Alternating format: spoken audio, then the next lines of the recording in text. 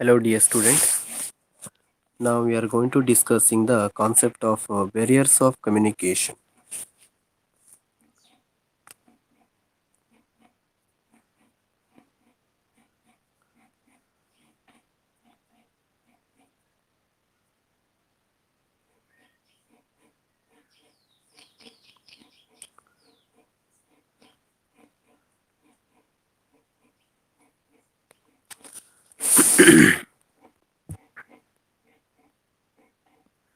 Barriers of communication or communication barriers.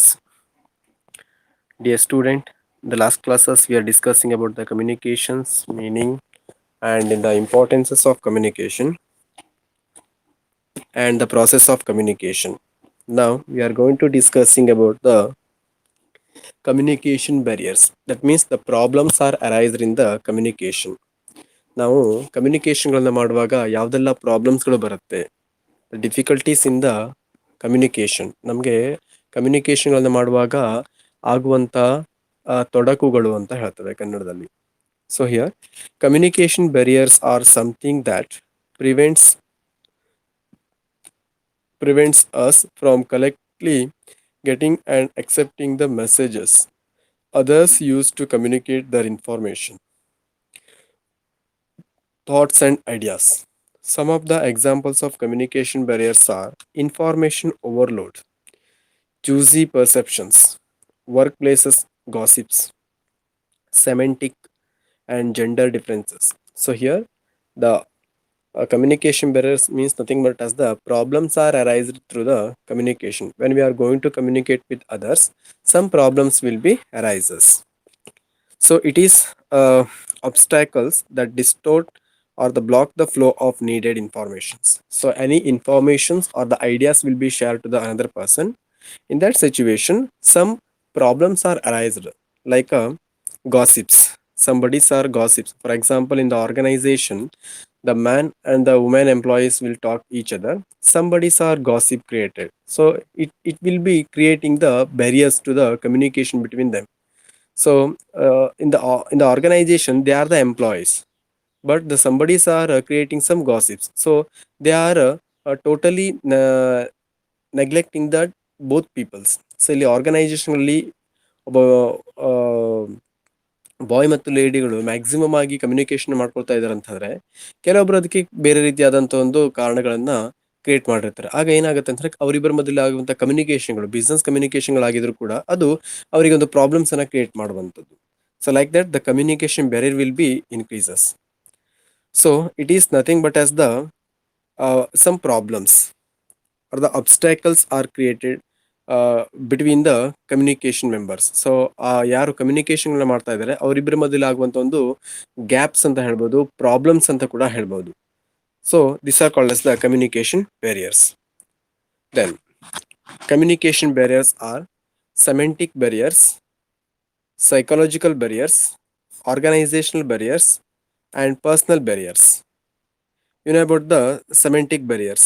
So it is nothing but as the obstructions that come in the process of encoding or decoding the messages are known as the semantic barriers. The same words will be given the different meanings. That is called as semantic barriers. That is we are discussing one by one communication barriers. The first one is semantic barriers. Second one is psychological barriers, organizational barriers, and personal barriers. The first one is semantic barriers. So here the semantic barriers, that means it concerned with the problems and obstructions in the process of encoding or decoding of messages in two words or impressions. Semantic barriers are as follows. See the first one, badly expressed messages. Sometimes its intended meaning may not be conveyed. So the organization, the same word given the different meanings.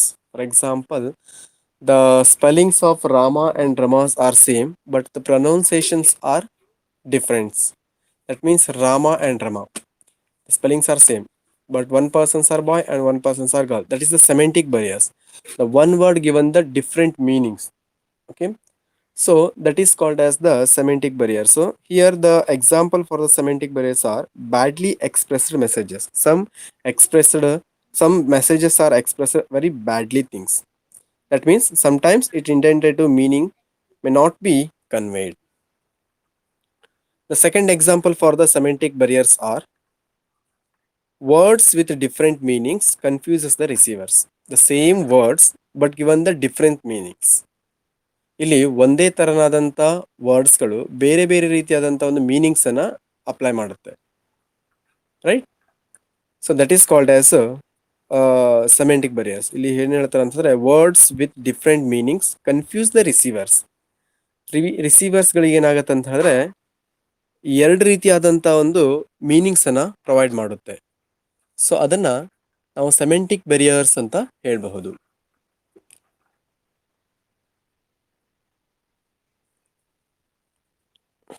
Okay, the next one is faulty transactions may transfer wrong messages.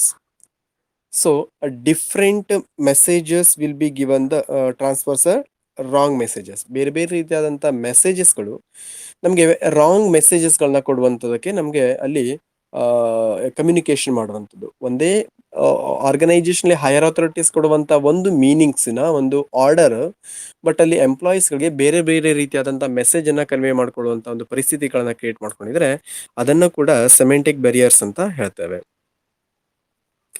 Unclarified assumptions, we can't clarify by that particular words or the messages.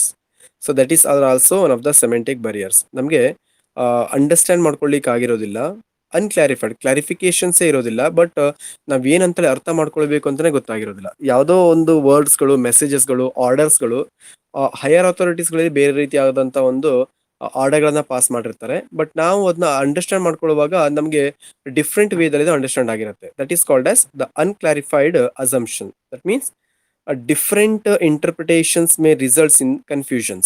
So several confusions are given in the messages or the orders given by the higher authorities or the sender to the receivers. ಯಾರಿಲ್ಲಿ ಮೆಸೇಜ್ಗಳನ್ನ pass ಮಾಡ್ತಾ ಇದ್ದಾರೆ ಅವರಿಂದ different ಮೀನಿಂಗ್ಸ್ಗಳನ್ನ ನಮ್ಗೆ ಏನಾಗುತ್ತೆ ಅಂತಂದ್ರೆ understand ಮಾಡ್ಕೊಳ್ಳೋದಕ್ಕಾಗಿರುತ್ತೆ. ಯಾಕಂದ್ರೆ ಅವನು ಸೆಂಡ್ ಮಾಡಿರುವಂಥದ್ದು ಕನ್ಫ್ಯೂಷನ್ ನಲ್ಲಿ ರಿಸೀವರ್ಗಳಿಗೆ ಮೆಸೇಜ್ಗಳನ್ನ ಸೆಂಡ್ ಮಾಡುವ ತರ ಕಮ್ಯುನಿಕೇಶನ್ ಆಗಿರುತ್ತೆ. ಅದು ಕೂಡ ಸೆಮೆಂಟಿಕ್ ಬರಿಯರ್ ಆಗಿರುತ್ತೆ.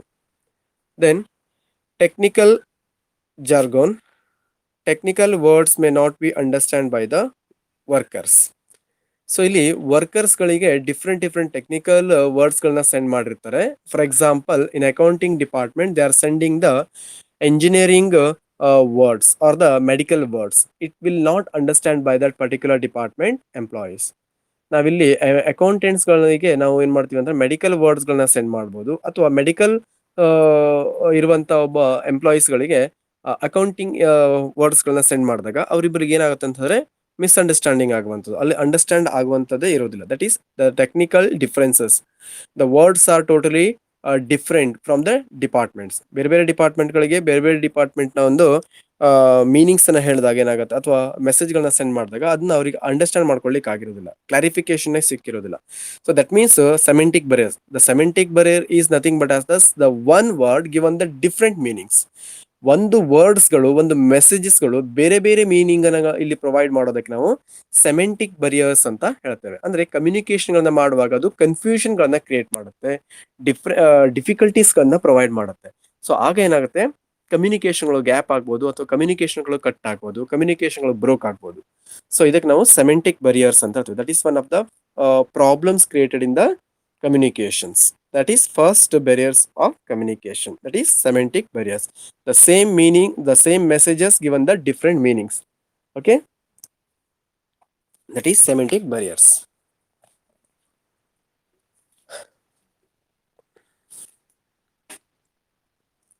Next, number 2,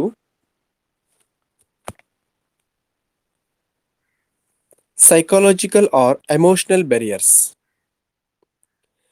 Premature evaluation, judgment before listening leads to misunderstanding. Psychological means the man who are sending the messages to the receiver.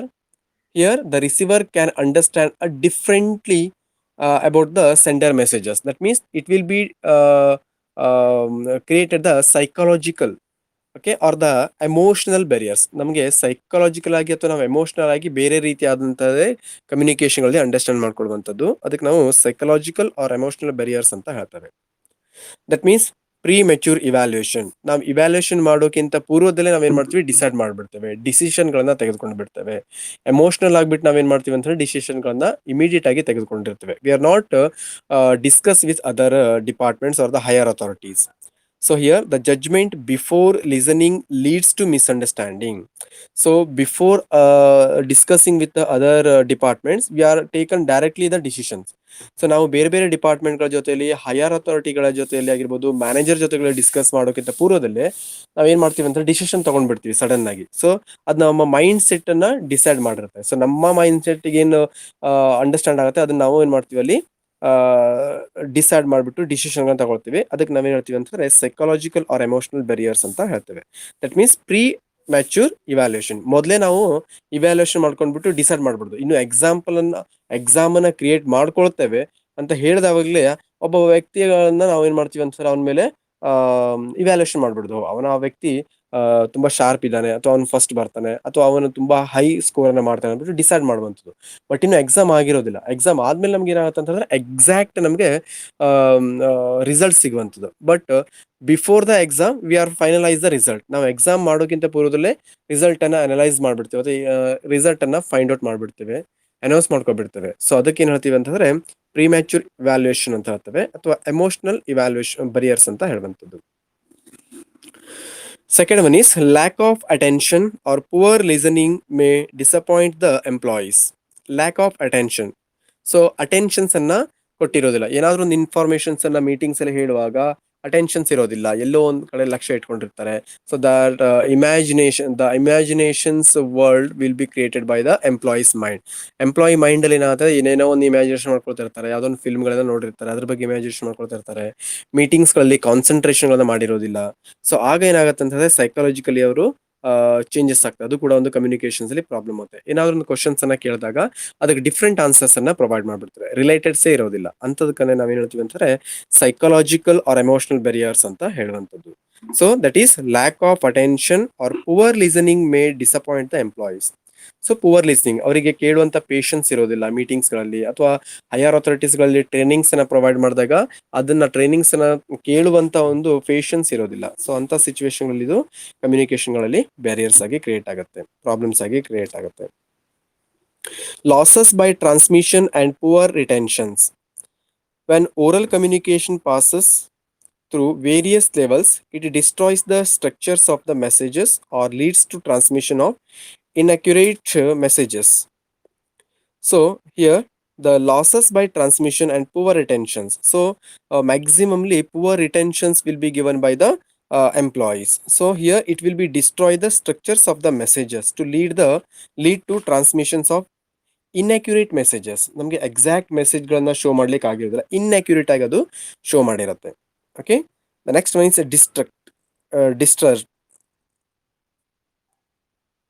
distrusts.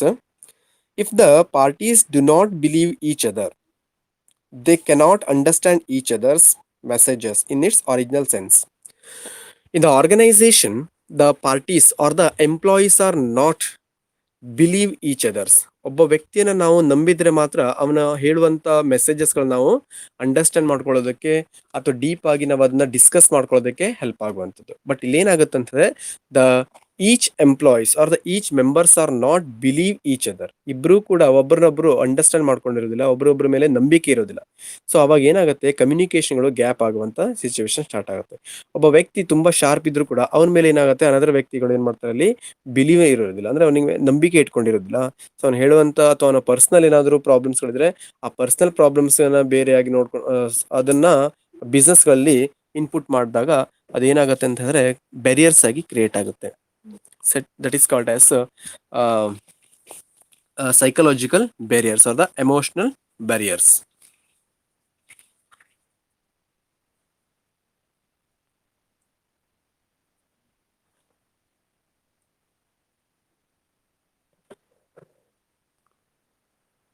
Next one is organisational barriers. ನಾವು ಸಾಮಾನ್ಯವಾಗಿ ಆರ್ಗನೈಸೇಷನ್ಗಳಿಂದ ಏನೆಲ್ಲ ಬ್ಯಾರಿಯರ್ಸ್ಗಳನ್ನ create ಆಗುತ್ತೆ ಅಂತ ನೋಡಬಹುದು. Factors related to organisational structures. If organizational policy does not support free flow of information, it creates problems. Yes, the higher authorities or the top level managers are creating the different policies and different procedures, rules, regulations towards the employees. Employees ಪರವಾಗಿ higher organisation higher ಅಥಾರಿಟೀಸ್ಗಳು top level ಮ್ಯಾನೇಜರ್ಸ್ಗಳು ಏನು ಮಾಡ್ತಾರೆ ಅಂತಂದ್ರೆ ಕೆಲವೊಂದಿಷ್ಟು rules ರೆಗ್ಯುಲೇಷನ್ಗಳನ್ನ apply ಮಾಡಿರ್ತಾರೆ, ಪಾಲಿಸೀಸ್ಗಳನ್ನ create ಮಾಡಿರ್ತಾರೆ. So ಆ ಒಂದು ಪಾಲಿಸೀಸ್ಗಳು ಎಂಪ್ಲಾಯಿಯ ಪರವಾಗಿರೋದಿಲ್ಲ. That will not support free flow of information. It creates problems. ಅದು ಸರಿಯಾದಂಥ ವೇದಲ್ಲಿ ಕೂಡ ಇರೋದಿಲ್ಲ. ಆ ಒಂದು ಸಿಚುವೇಶನ್ಗಳು ಏನಾಗುತ್ತೆ ಅಂತ ಹೇಳಿದ್ರೆ ಆರ್ಗನೈಸೇಷನ್ ಎಂಪ್ಲಾಯೀಸ್ಗಳು ವರ್ಕ್ ಅನ್ನ ಕಾನ್ಫಿಡೆಂಟ್ ಆಗಿ ಮಾಡಿರೋದಿಲ್ಲ, ತುಂಬಾ ಹ್ಯಾಪಿನೆಸ್ ಆಗಿ ಕೂಡ ಮಾಡಿರೋದಿಲ್ಲ. ಅಲ್ಲಿ ಕಮ್ಯುನಿಕೇಶನ್ ಗ್ಯಾಪ್ ಆಗಿ ಕ್ರಿಯೇಟ್ ಆಗಿರುತ್ತೆ. ಸೊ ಅದನ್ನ ನಾವು ಆರ್ಗನೈಸೇಷನ್ ಬ್ಯಾರಿಯರ್ಸ್ ಅಂತ ಹೇಳ್ತೀವಿ. That means the policies and the rules regulations of the organisation will leads to create a problems towards the employees and the organizational management. Okay, so that is one of the barriers of organizational. The next one is number 2, rules and regulations. Rigid rules and regulations may lead to red tapeism and delay of actions. A rigid rules and regulations, a very tough rules and regulation will leads to a tapeism and delay of actions.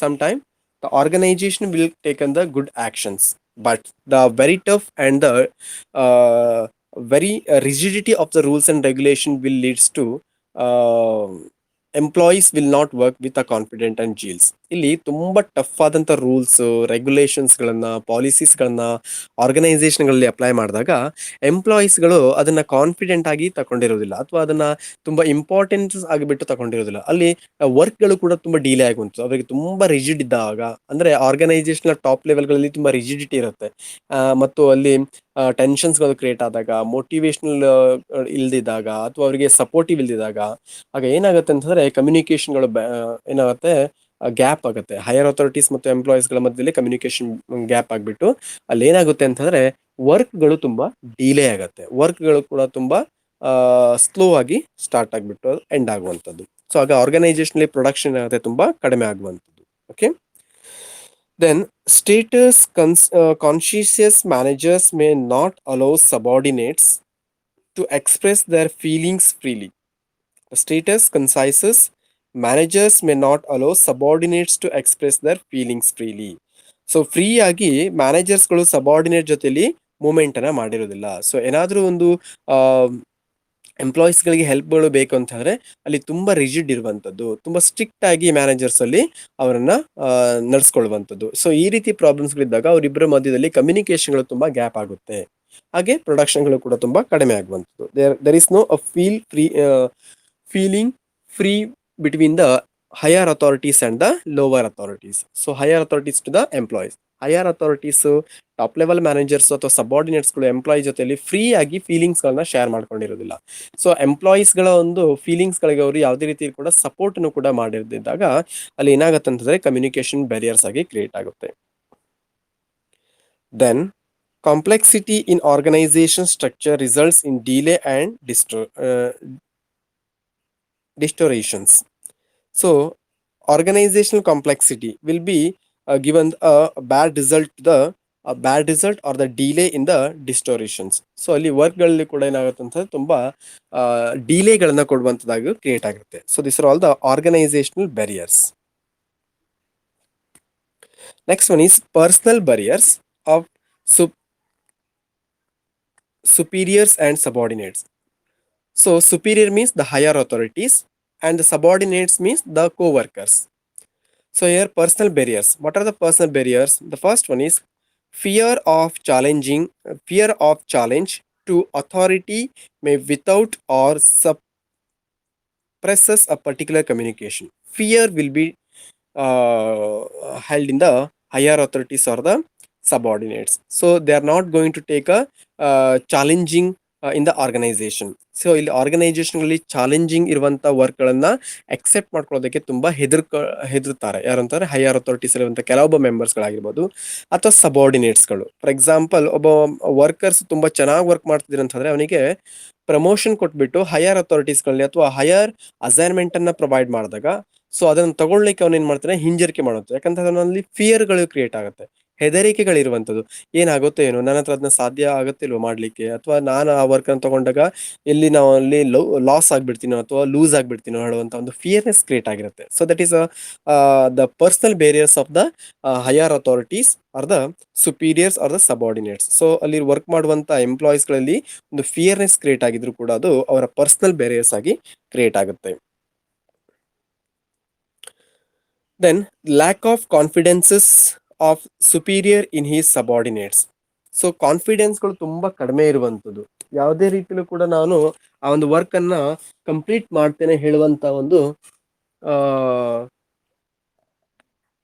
ಅವನಿಗೆ strength ತುಂಬುವಂತರು ಅಥವಾ support ಮಾಡುವಂತರು ಯಾರು ಕೂಡ ಇರೋದು. That is lack of confidences. ನನ್ನ ಹತ್ರ ಆ work complete ಮಾಡ್ಕೊಳ್ಳಿಕ್ಕೆ ಆಗೋದೇ ಇಲ್ಲ ಹೇಳುವಂತ ಒಂದು ಆ ಏನು ಇನ್ನರ್ ಫೀಲಿಂಗ್ಸ್ ಅಲ್ಲಿ ಬ್ಯಾಡ್ ಫೀಲಿಂಗ್ಸ್ ಗಳು ಕ್ರಿಯೇಟ್ ಆಗಿರುತ್ತೆ. ಪಾಸಿಟಿವ್ನೆಸಸ್ ಇರೋದಿಲ್ಲ, ಮ್ಯಾಕ್ಸಿಮಮ್ ಆಗಿ ನೆಗೆಟಿವ್ನೆಸಸ್ ಅನ್ನು ಕ್ರಿಯೇಟ್ ಮಾಡ್ಕೊಂಡಿದ್ರೆ ಅದನ್ನ ಸಾಮಾನ್ಯವಾಗಿ ಲ್ಯಾಕ್ ಆಫ್ ಕಾನ್ಫಿಡೆನ್ಸಸ್ ಅಂತ ಹೇಳ್ತೀವಿ. That is related to the personal barriers. Then unwillingness to communicate. For example, fear of punishment or demotions. Suppose ನಾನೇನಾದ್ರೂ ಅಲ್ಲಿ ಹೈಯರ್ ಅಥಾರಿಟೀಸ್ ಕೊಟ್ಟಂತ ಒಂದು ಪ್ರಾಜೆಕ್ಟ್ ಗಳನ್ನ ತೆಗೆದುಕೊಂಡಿದ್ರೆ ನಾನು, ಅಥವಾ ನನಗೆ ಪ್ರಮೋಷನ್ ಕೊಟ್ಬಿಟ್ಟು ನನಗೆ ಹೈಯರ್ ಅಥಾರಿಟೀಸ್ ಗಳಲ್ಲಿ ಕೊಟ್ಬಿಟ್ಟು ಮ್ಯಾಕ್ಸಿಮಮ್ ಒಂದು ಪ್ರಾಜೆಕ್ಟ್ ಅನ್ನ ಪ್ರೊವೈಡ್ ಮಾಡಿದ್ರೆ, ನಾನೇನಾದ್ರೂ ಅದು ಮಾಡ್ಲಿಕ್ಕೆ ಆಗಿಲ್ಲ ಅಂತಂದ್ರೆ ನನಗೆ ಡಿಮೋಷನ್ ಪ್ರೊವೈಡ್ ಮಾಡುವಂಥದ್ದು ಅಥವಾ ನಮಗೆ ಪನಿಷ್ಮೆಂಟ್ ಅನ್ನ ಕೊಡುವಂಥದ್ದು ಅಂತ ಹೇಳ್ಬಿಟ್ಟು ಫಿಯರ್ನೆಸಸ್ ಅನ್ನ ಕ್ರಿಯೇಟ್ ಮಾಡ್ಕೊಂಡಿರ್ತಾರೆ. That is the personal barriers.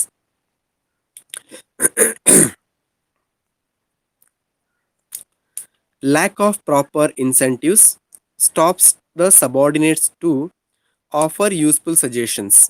So ಅಲ್ಲಿ ಲ್ಯಾಕ್ ಆಫ್ ಇನ್ಸೆಂಟಿವ್ಸ್. ಸೊ ಇನ್ಸೆಂಟಿವ್ಸ್ಗಳನ್ನ ಸ್ಟಾಪ್ ಮಾಡಿರ್ತಾರೆ, ಬೋನಸ್ಗಳನ್ನ ಪ್ರೊವೈಡ್ ಮಾಡಿರೋದಿಲ್ಲ, ಅಥವಾ ಸ್ಯಾಲರಿಗಳು ಕೂಡ ತುಂಬಾ ಕಡಿಮೆ ಇದ್ದಾಗ ಯಾಕೆ ಮಾಡಬೇಕು ಅಂತ ಹೇಳ್ಬಿಟ್ಟು ಸಬಾರ್ಡಿನೇಟ್ಸ್ ಅಲ್ಲಿ ವರ್ಕರ್ಗಳಿಗೆ ಅಥವಾ ಅವರ ಒಂದು ಕೋವರ್ಕರ್ಗಳಿಗೆ ಬ್ಯಾಡ್ ಫೀಲಿಂಗ್ಸ್ ಅನ್ನ ಕ್ರಿಯೇಟ್ ಮಾಡಿರ್ತಾರೆ. That is one of the personal barriers of the superiors and the subordinates.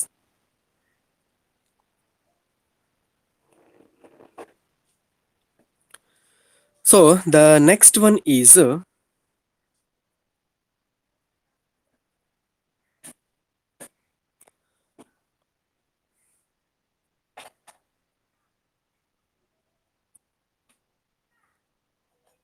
yes, the communication barriers are over. That is the semantic barriers, psychological barriers, organizational barriers, personal barriers. Here the semantic barrier means the same word will be given the different meanings, that will creating the barriers between the communication. Second one is psychological barriers. So the mindset of the customers or the subordinates or the superior or the employees will be creating the barriers. So ಅವರ ಒಂದು mind set ಗಳು ಏನಾಗುತ್ತೆ ಅಂದ್ರೆ ಬೇರೆ ಬೇರೆ ರೀತಿಯಲ್ಲಿ think ಮಾಡುತ್ತೆ, ಅದು ಕೂಡ ಒಂದು ಬ್ಯಾರಿಯರ್ಸ್ ಆಗಿರುತ್ತೆ. Organisational barriers, organisational rules regulations ಗಳು, ಪಾಲಿಸೀಸ್ ಗಳು, ಪ್ರೊಸೀಜರ್ಸ್ ಗಳು ಏನಾಗುತ್ತೆ ಅಂತಂದ್ರೆ ಎಂಪ್ಲಾಯೀಸ್ ಗಳಿಗೆ ಅಥವಾ ಸಬಾರ್ಡಿನೇಟ್ಸ್ ಗಳಿಗೆ ವರ್ಕ್ ಅನ್ನ ಮಾಡುವಾಗ ತುಂಬಾ ಪ್ರಾಬ್ಲಮ್ಸ್ ಅನ್ನ ಕ್ರಿಯೇಟ್ ಮಾಡುತ್ತೆ. ಆಗ ಅಲ್ಲಿ ಕಮ್ಯುನಿಕೇಶನ್ ಗ್ಯಾಪ್ ಗಳು ಕ್ರಿಯೇಟ್ ಆಗುವಂತದ್ದು. ಪರ್ಸನಲ್ ಬೇರಿಯರ್ಸ್ ಗಳಲ್ಲಿ ಮೈಂಡ್ ಸೆಟ್ ಗಳನ್ನ ಬೇರೆ ಬೇರೆ ರೀತಿ ಆಗ್ಬಿಟ್ಟು ಥಿಂಕ್ ಮಾಡ್ತಾರೆ ಎಂಪ್ಲಾಯೀಸ್ ಗಳು, ಅಥವಾ ಆರ್ಗನೈಸೇಷನ್ ಗಳಿಗೆ ನಾವು ಯಾಕೆ ವರ್ಕ್ ಮಾಡ್ಕೊಳ್ಬೇಕು, ನಮಗೆ ತುಂಬಾ ಸ್ಯಾಲರಿಗಳನ್ನ ಪ್ರೊವೈಡ್ ಮಾಡ್ತಿದ್ದಾರೆ, ಯಾವುದೇ ಒಂದು ಫೆಸಿಲಿಟಿಗಳನ್ನ ಅಸೈನ್ ಮಾಡ್ತಾ ಇಲ್ಲ ಅಂತ ಬಿಟ್ಟು ಥಿಂಕ್ ಮಾಡ್ಬಿಟ್ಟು ಅವ್ರು ಏನ್ ಮಾಡ್ತಾರೆ ಅಂತಂದ್ರೆ ಸೊ ಮ್ಯಾಕ್ಸಿಮಮ್ ಆಗಿ ತುಂಬಾ ಕಡಿಮೆ ವರ್ಕ್ ಅನ್ನ ಮಾಡಿರ್ತಾರೆ. So that is called as personal barriers. The next one is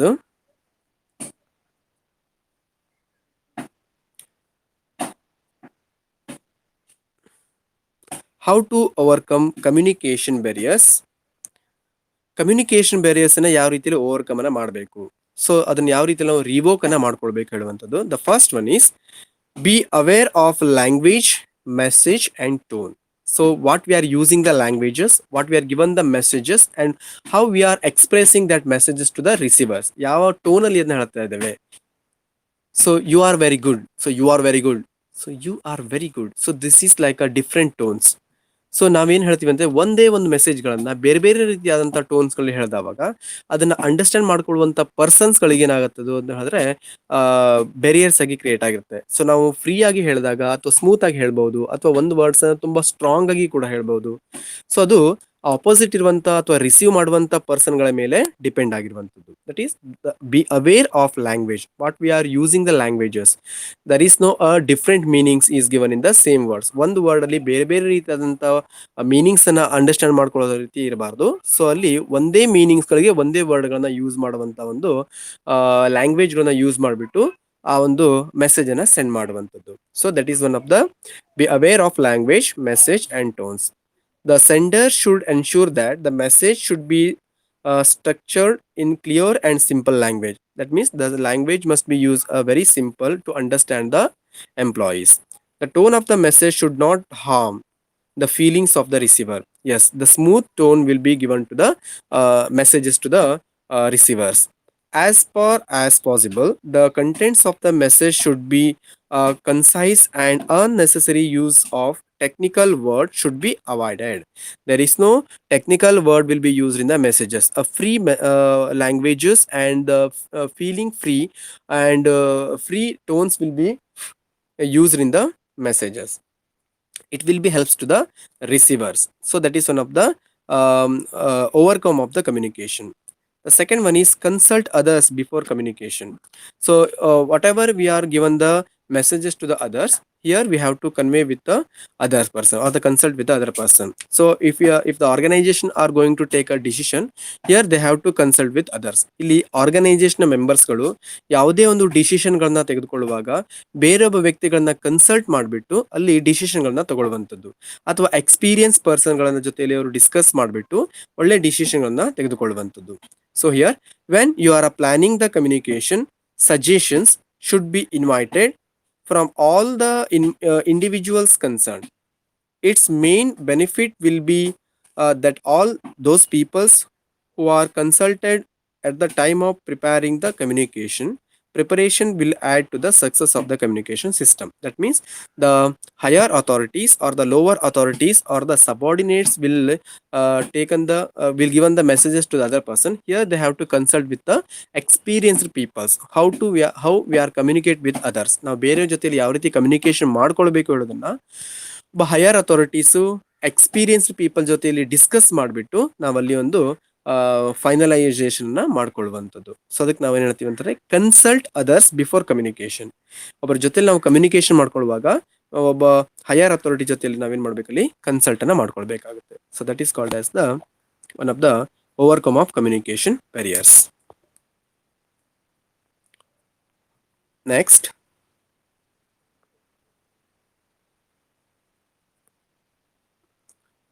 so next one is communicate according to the need of receiver. Yes, so we can't given the much more communication, we can't communicate with the maximum communicate with the receivers. We have to communicate according to the need of receiver. ನಾವು ಪದೇ ಪದೇ ಎಲ್ಲಾ rules ರೆಗ್ಯುಲೇಷನ್ಗಳನ್ನ ಅಥವಾ ಆರ್ಡರ್ಸ್ಗಳನ್ನ ರಿಕ್ವೆಸ್ಟ್ಗಳನ್ನ send ಮಾಡ್ತಾ ಇರಬಾರ್ದು. ರಿಸೀವರ್ಗಳಿಗೆ needed ಇದ್ರೆ ಮಾತ್ರ ನಾವು ಕಮ್ಯುನಿಕೇಶನ್ಗಳನ್ನ ಮಾಡ್ಕೊಳ್ಬೇಕಾಗತ್ತೆ ಆರ್ಗನೈಸೇಷನ್ಗಳಲ್ಲಿ. Otherwise we don't want to take on the communications.